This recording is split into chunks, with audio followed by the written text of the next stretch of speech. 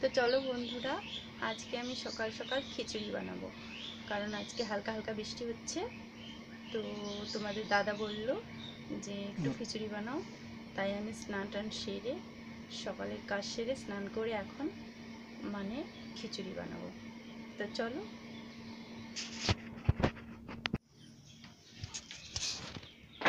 আর তোমরা দেখতেই পাচ্ছ আকাশের ওয়েদার তো প্রচুর খারাপ, মনে হয় বৃষ্টি নামবে।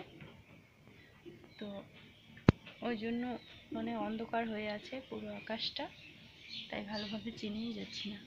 আর আমি বারান্দায় দাঁড়িয়ে আছি, তো তাই।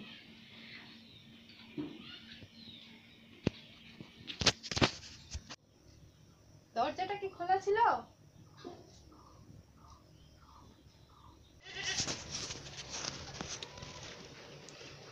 তো আমার খিচুড়িটা প্রায় হয়েই এসছে, আর এদিকে আকাশ খারাপ, হালকা হালকা বৃষ্টি হচ্ছে। দেখতেই পাচ্ছ ওয়েদারের অবস্থা। চলো তোমাদেরকে একটু দেখাই ওয়েদারটার অবস্থা। এই যে দেখতে পাচ্ছ মেঘলা আকাশ, চারিদিকটা যেন অপরিষ্কার, কি কালো ঘন মেঘ লাগিয়েছে। একটু একটু হালকা বৃষ্টিও হচ্ছে, চলেই আসলো বৃষ্টিটা। তো এদিকে আমার খিচুড়ি চাপিয়ে দিয়েছি, খিচুড়িটা প্রায় হয়েই এসছে। চলো খিচুড়িটা হয়ে গেলে তারপর তোমাদেরকে দেখ।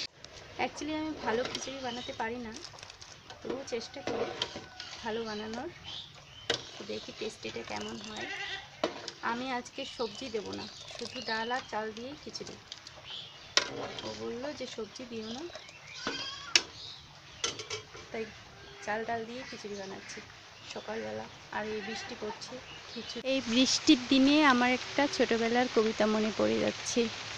টাপুর টুপুর বৃষ্টি পড়ে নদী এলো বান, শিব ঠাকুরের বিয়ে হবে 3 কন্যে দান। 1 কন্যা রাধেন বাড়েন, 1 কন্যা খান, 1 কন্যা গোসা করে বাপের বাড়ি যান। ওয়াও, বৃষ্টি পড়ছে, কিন্তু হালকা হালকা পড়ছে। যদি জোর বৃষ্টি হতো না ভিজতাম, বাট আমি এখন ভিজবো না, কারণ শরীরটা একটু খারাপ, তাই ভিজবো না। তবুও যদি জোর বৃষ্টি হতো না, নেমেই যেতাম আমি। আমার বৃষ্টিতে ভিজতে প্রচণ্ড ভালো লাগে। যখন খুব একটু হালকা বৃষ্টি হচ্ছে, তাই এখন ভালো লাগছে না।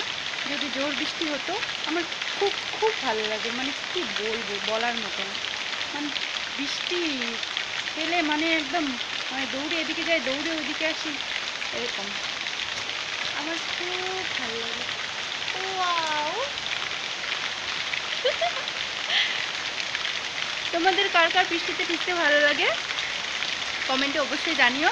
আর আমাদের দিকে বৃষ্টি হচ্ছে, আজকে থেকে শুনলাম নাকি বর্ষা নেমেছে 5 দিন, টোটাল 5 দিন বৃষ্টি হবে। তো দেখা যাক কয়দিন হয়। তো তোমাদের ওইদিকে কেমন বৃষ্টি হচ্ছে অবশ্যই জানিও। কিন্তু আমার খিচুড়িটার কি অবস্থা হলো দেখি একটুখানি। কারেন্ট মনে হয় চলে গেল।